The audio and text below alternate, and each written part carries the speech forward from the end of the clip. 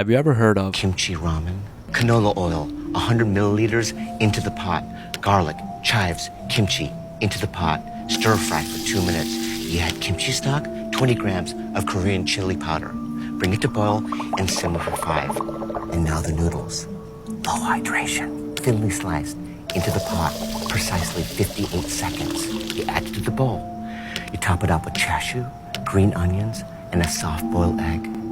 When eaten on a hot summer night, it is simply divine.